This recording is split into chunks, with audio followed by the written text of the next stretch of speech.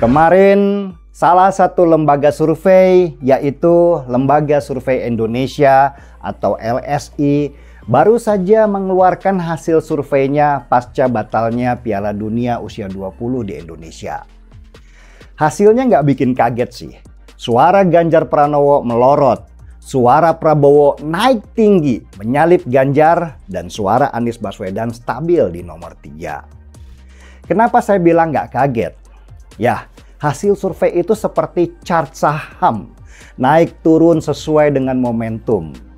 Kebetulan gara-gara batalnya Piala Dunia usia 20 kemarin, banyak orang yang menyalahkan Ganjar Pranowo sebagai penyebab batalnya event itu di Indonesia. Meski sudah dijelaskan berkali-kali kalau FIFA punya keputusan sendiri yang tidak bisa digugat oleh pemerintah suatu negara. Tapi namanya orang butuh kambing hitam untuk lampiaskan kekecewaannya. Dan Ganjar pun akhirnya menjadi kambing hitam yang paling bagus.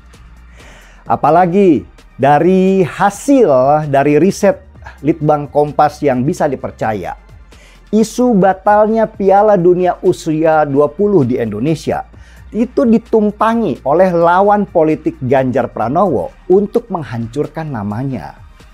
Propaganda-propaganda bermunculan lewat mesin-mesin yang diorkestrasi kencang untuk menyalahkan Ganjar. Dan perhatikan, nama siapa yang muncul di balik semua tagar-tagar yang menghujat Ganjar Pranowo? Ya, benar, nama Prabowo Subianto. Tagar Prabowo bersama ulama itu naik terus dan membangun basis pendukung baru buat Prabowo. Limpahan dari pendukung Jokowi yang emosi dan sempat mendukung Ganjar Pranowo. Mau bilang kalau Pilpres 2024 masih jauh, tapi kenyataannya sudah ada di depan mata kita. Pertarungan untuk menaikkan nama calon sudah semakin ketat dan momentum apapun akan dilakukan untuk menjatuhkan lawan politiknya. Memang kita sering melihat Prabowo dan Ganjar Pranowo itu berjalan bersama menunjukkan keakraban mereka berdua. Apalagi di tengah ada Presiden Jokowi sebagai kingmaker-nya. Tapi yang namanya kompetisi politik sah-sah saja menikam dari belakang untuk mendapatkan keuntungan besar. Saya bahkan dipepet oleh kawan saya sendiri dan ditanya, mending pilih Prabowo aja sebagai capresnya nanti. Ganjar sudah tersingkir dari pertarungan dan Prabowo adalah masa depan. Di sini saya berpikir ulang. Benarkah Prabowo itu adalah masa depan? Jejak digitalnya nggak begitu, kawan. Saya ingat banget karena selama 2 kali Pilpres saya itu berseberangan dengan Prabowo Subianto dan saya akrab banget dengan jejak-jejak hitam Prabowo di masa lampau. Yang pertama, tentu jangan dilupakan keterikatan Prabowo Subianto dengan keluarga Cendana. Prabowo adalah the rising star di keluarga Cendana dulu karena ia berasal dari keluarga yang berdarah biru dan menikah dengan salah satu anak perempuan Soeharto. Karena ambisinya yang sangat besar itulah dia terjatuh karena dianggap berkhianat kepada mertuanya Soeharto. Yang kedua, Prabowo adalah militer dan itu juga jangan pernah dilupakan.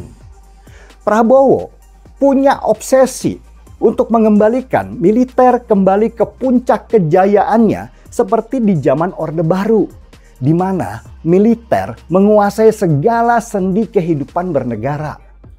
Prabowo juga terobsesi sekali dengan perang. Sehingga program terbesarnya ketika menjadi Menteri Pertahanan adalah pengadaan alutsista. Bahkan selama beberapa tahun ke depan, Prabowo sudah menganggarkan hampir 2.000 triliun rupiah hanya untuk pengadaan alutsista. Nggak salah sih sebenarnya kalau kita harus memperkuat alat pertahanan negara kita. Tapi Prabowo Subianto ini masih dalam kerangka berpikir era zaman dulu. Menganggap bahwa perang darat adalah ancaman serius. Padahal sekarang ini sudah berkembang menjadi perang teknologi yang sama sekali tidak disiapkan oleh Kementerian Pertahanan. Bahkan saking fokusnya pada pengadaan alutsista, program Jokowi yaitu food estate itu jadi nggak berjalan. Padahal Prabowo Subianto sebagai Menteri Pertahanan sudah ditunjuk oleh Jokowi sebagai koordinator pengembangan food estate. Bahkan banyak data palsu tentang keberhasilan program food estate yang beredar, yang mencoreng wajah Jokowi yang ingin ketahanan pangan menjadi bagian dari program strategis nasional. Ketiga, terakhir, dan ini yang terpenting. Prabowo itu dekat sekali dengan Rizik Syihab.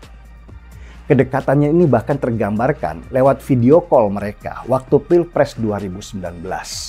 Di mana Prabowo sendiri yang akan menjemput Rizik Syihab yang waktu itu ada di luar negeri kalau dia nanti jadi presiden. Ini yang bikin ngeri. Karena bisa saja ketika Prabowo jadi presiden nantinya, kelompok garis keras seperti FPI akan berkembang besar di sini. Apalagi salah satu tangan kanan Prabowo yaitu Fadly Zon adalah pembela FPI garis keras. Fadly Zon bahkan pernah jadi saksi meringankan buat Bahar Smith waktu Bahar menjadi tersangka akibat berita bohong. Jadi dari semua rekam jejaknya Prabowo Subianto, apa mungkin saya memilihnya di Pilpres 2024 nanti? No way! Tidak akan pernah.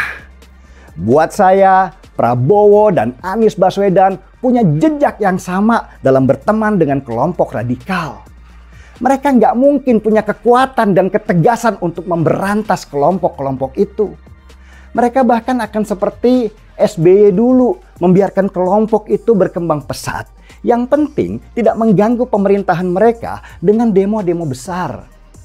Sulit saya membayangkan kalau benar kelak Prabowo Subianto berkuasa dengan segala kelemahannya terhadap kelompok-kelompok yang berbahaya itu. Tidak, saya tidak akan pernah memilih mereka yang rekam jejaknya pernah berkawan, berangkulan, berteman dengan kelompok radikal itu. Kelompok-kelompok itu di zaman Jokowi ini sudah habis dihajar dan jangan pernah diberi ruang lagi mereka untuk kembali. Saya yang akan maju paling depan dalam situasi begini ini. Percayalah, catat kata-kata saya ini.